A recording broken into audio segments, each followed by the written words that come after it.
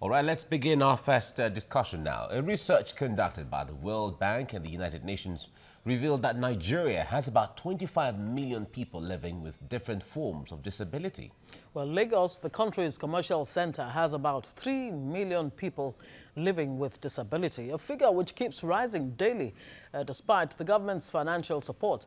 Correspondent Adedoja Salam Adeniyi visited the Ukwoba Destitute Home in Lagos to find out how they are faring.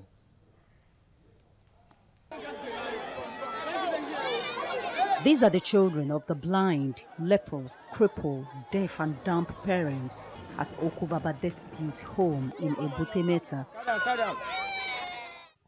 More than 2,000 of them, together with their physically challenged parents, live on alms. Aside from the fact that many of these children have inherited different health challenges from their parents, the untidy environment where they live is not helping matters. Their health conditions attracted the attention of some non-governmental organizations. Majority of them, they have skin infection, high blood pressure that they don't know they have. So we gave them medicine of up to 3 months supply, and that's what we do all the time. Majority of them have arthritis. Some of them might have diabetes. Individuals, groups do shower various relief materials on the physically challenged, but their general secretary said their challenges are enormous. At least we need our children to be educated. One, we need to live in a good environment. Second, and we live, you know, as we live here, we don't have anything to be done. At least we like people to come and help. And to come and renovate our community, our compound, our rooms. Renovation is very key, and medical care. And whenever our people go to the health cares, to the health centers, we find problem in discrimination, especially in government hospitals. 3-year-old Awalu was born here. The toddler can only see faintly. If his cataract is not treated in a couple of weeks, Awalu will go blind finally, just like his father and mother. Awalu Idris is a 3-year-old boy and is from Borno State. I found out that there was something wrong with his eyes, and I thought it was just, a regular thing. But on taking him to the hospital, we discovered that he has congenital cataract in both eyes, and then he does need surgery to correct this cataract. Plus post-surgical and even some tests that he would have to do. We're looking at between 400 and 470,000 naira. And so we're calling on well-meaning Nigerians to come to the aid of Awalu. Awalu is looking for not so much, but just a pair of eyes for Christmas. To prevent Awalu from going blind, please contact Proactive Empowerment Foundation. Account details UBA 1020143395 or call Damilola on 0810-602-1345. It's just a matter of 470,000 naira only before Christmas. Adedoja Salam Adeniyi, TVC News, Lagos. And we have so many other cases like that spread around. Absolutely. Who certainly have not even been found or even spoken about. It just shows that how preventable many of these disabilities actually are. Exactly. And, there's such a huge link between poverty and disability. Well, we have with us Executive Director, Center for Citizens with Disabilities, David Anyele. Good morning. It's good to have you. Good morning, David. Nice to see you. On the show. I Nice mean, just, watching that Awalu's story, it brings it home as to the human face of, what we call disability. Every year, a day set aside to draw attention to the issues of disabilities. But when you bring it, from this angle, it does hit home, doesn't it? Yeah, that shows you what virtually many families are undergoing. Why it's a privilege to be seen on the television. That is to say, his case has been publicized. There are millions like that, scattered in different homes, whose conditions they don't have any clue on how to address it. And the issue is that it is preventable, where government takes adequate measure to protect its people. And that is why we always draw the attention of the state on their role and responsibility in ensuring that we reduce incidents of disability within our communities. Because, as I always say, government is the key driver of disability in Nigeria. Government is also the key perpetrator of violations of human rights against people with disabilities. And the earlier we begin to hold government responsible, the better. Today is International Day for Persons with Disabilities. All over the world, people are trying to assess the level of inclusion, participation, access for all. If you look at our community or you look at Nigeria as a country, the question will continue to be, to what extent have they supported people with disability? So I'm glad that your station is drawing the attention of all on this particular issue. All right. We have the coordinator of the Billmore Technical and Vocational Center, Rosemary Okpachi Chidiebere. Here she'll be joining us from Abuja. But before we come to you, let's go on a break and take a message, and then we will have you on. Stay with us now.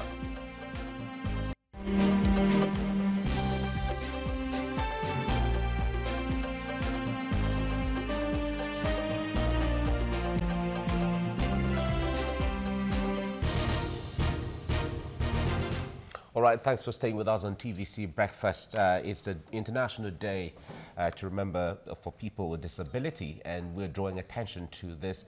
We have joining us in the studio from Abuja, the coordinator of Billmore, Billmore Technical and Vocational Center, Rosemary Okpachi Chidiebere. Rosemary, good morning. It's good to have you join us in our studio. Morning. Exactly.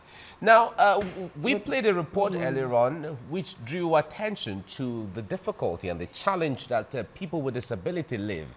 I know you have interacted with a lot of these people as coordinator of a vocational and training center for people like this. Tell us how difficult and how challenging it is for life of these people with disability that you have come across. Well, let me start from the World Disability Day. It's a day set aside to celebrate persons with disabilities. It's a day with the so-called normal, because normal is an illusion. Nobody is normal as far as we are concerned. We have one shortcoming or the other. But this day we set aside to celebrate them, give them a sense of belonging. But another question we'll ask is, how many of them are being celebrated? Some of them are just tucked up somewhere in their houses. Nobody takes care of them. Nobody asks them anything. They are just in their own world. And sometimes people feel they are not human beings. So they are being hidden at home by their parents. And that is why we need to advocate for them. Because you keep a child at home up to the age of adulthood. What do you expect from such a child? But if you bring a child out as early as, say, 2 years, you profit because that child will be trained. It's not all of them, all children that can go to secondary school, go to university. But these ones can be trained. They all have talents. Those talents can be developed, and they can be self-reliant in the future. What we specialists look out for is the future, because these children should be able to survive without their parents, without you as a teacher, without anybody. They should be able to be independent.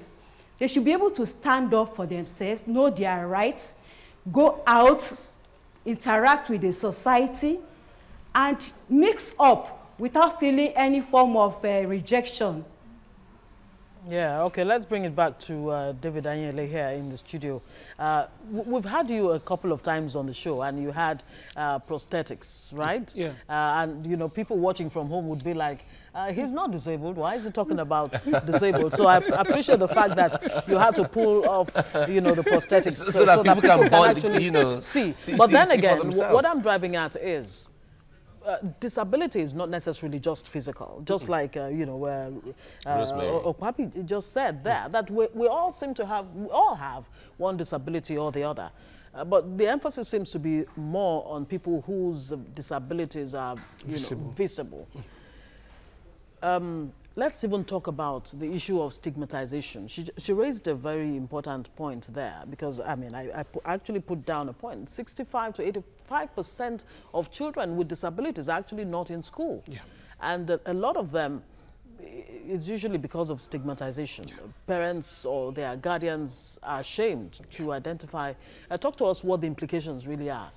The implication is huge, because we end up denying ourselves the opportunity of developing our own that can be able to contribute to the socio-economic development of the society. Beyond the parents shielding the children from, public visibility or participation in other activities, the state contributes much more by, driving this same stigma and discrimination by the way they conduct their program and activities. We've been calling for the passage of assent to the Nigerian Disability Bill, because this bill will criminalize discrimination on the grounds of disability, including isolation, using people with disabilities as a tool for begging for alms and whatever. Where the schools are not accessible, where the centers where these children should go and participate, it's not conducive for these children. Yeah, how would they go? Public structures. When the teachers who are supposed to train these children are not trained on handling children with special needs, where would they go? Most times, parents are also worried. Parents are concerned. To what extent would they expose this child to vulnerability? Recognizing that even at home, they are also struggling with it. In other civilized societies, what the local government does is to go various streets, map all these children, identify them. Social welfare officers will go and help the parents on how to ensure that this child, develop appropriately and be able to attend schools as much as he or she could. But here, you are abandoned. You're on your own. The state does not, care about you. I know what I went through when I lost my limbs in terms of engaging the state to support my rehabilitation and reintegration. I was denied. I was denied by federal government. I was denied by Abia State government, where I came from. It was only here in Lagos State that I get a reprieve, to the extent that the Lagos State government asked me, David, what do you want us to do for you? From there, I started getting that kind of, care from the state, by reason of the fact that Asiwaju Bola Ahmed Tinubu wrote to me back and asking me, we are going to set up a medical board for you to see how we can support you. But there in Abia State, nobody did it. Here in Lagos State have also passed the disability bill to demonstrate how they are interested in driving the disability issue forward. But there in Abia State, where I came from, nothing. They are just abusing people with disabilities, exposing them to vulnerability without. And guess what? Every year they make budget, one form of budget or the other, to support people with disabilities. But they cannot account for it, both at the federal and the state. So that is why we keep on calling that President Muhammad Buhari should do the needful, because he promised us during the campaign in 2015, March 21st, in specific, in Lafia, Nasarawa State, that he's going to sign the disability bill into law to support people with disabilities. In fact, he denounced stigma and discrimination against people with disabilities, recognizing their contribution, to the socio-economic development of this country. You are aware that early this year, many of our Olympians went to Australia, Gold Coast, and they came back with gold medals to demonstrate to you what enabling environment can do for them. Yeah. Anytime they go to enabling environment, they excel. They excel. Guess what? They are here. Many of them are MON, sleeping under the bridge, without home. That is the kind of Nigeria we have. So, and you mentioned Abia State. Abia State is obviously also not the only state. A lot of other states also not. Why I mention Abia State in the alphabetical order, they are number one, and also that's where I come from. Do you understand? So I will discuss the one I have details and data on how their behavior to people with disabilities. There are many states like that, but this. I'm just giving you a pro disability state. I was even just adding to what you were saying. Let me bring Rosemary in here. Now, Rosemary, when it comes to care, African society is known to be communal in nature, where the community and the entire family care for people. Do we still have that approach to care for the disabled people when it comes to... We might talk about the metropolitan cities like Abuja and Lagos where everybody's individualistic, everybody's busy with one or two things. But back in the hinterlands and other states where we still have that communal life, do these things help in the challenges that the people with disability face? Well, most times it doesn't help.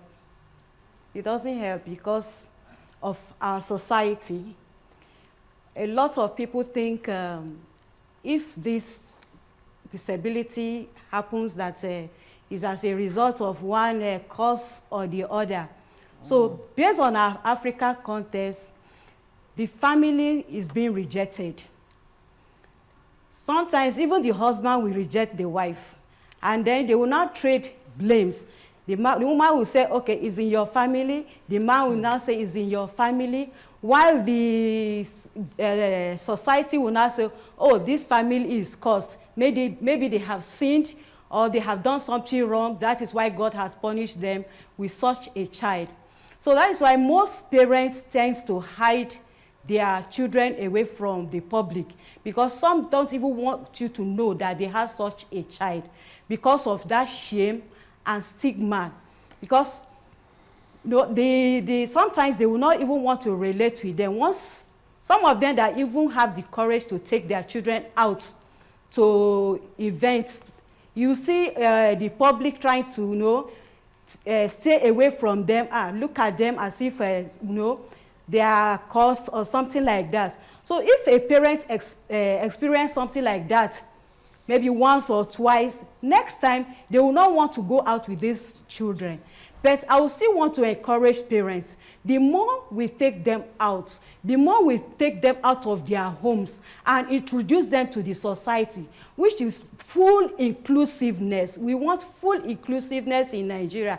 The more people see them and associate with them, the more they will accept them and want to relate with them, and the more they will understand them. If you don't create that awareness, then we'll keep having this problem year in, year out.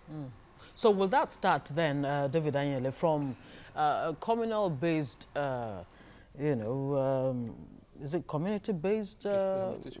Yes, rehabilitation that has been talked about. Is that where really we can start this inclusiveness and interaction with, people living with disability? Yeah, a community-based approach of addressing or supporting people with disabilities for rehabilitation and integration is an international standard that have been designed to support different states, to be able to find entry point on, access to rehabilitation, reintegration, inclusiveness. The reason is because where the community participate, understand disability issue, it helps the individual to grow a healthy lifestyle and be able to overcome issue that has to do with stigma or struggle with self-esteem. Yes. So by so doing, the communities will know their role and responsibility. Just as she highlighted in her presentation, the problem is when a family rejects its own with disability, the community will reject the person. Will do the same, yeah. If a family accepts their own with disability, the community will accept. They have no choice. So it starts with the family? It starts with the family. I use then a lot of public enlightenment and education has to happen for even the families to understand that, look, this person, and come to think of it, though, as an able-bodied person, in quote, when you interact with the disabled a person living with some disability or the other, especially of the physical type, there's a tendency for both sides to appreciate each other. Exactly. The able-bodied person would actually be more appreciative of the hands they have, for example, instead of focusing on the things you think you don't have. All right, we're conscious of time, but how, on a day like this, how best should the day be commemorated? Is just as we are doing.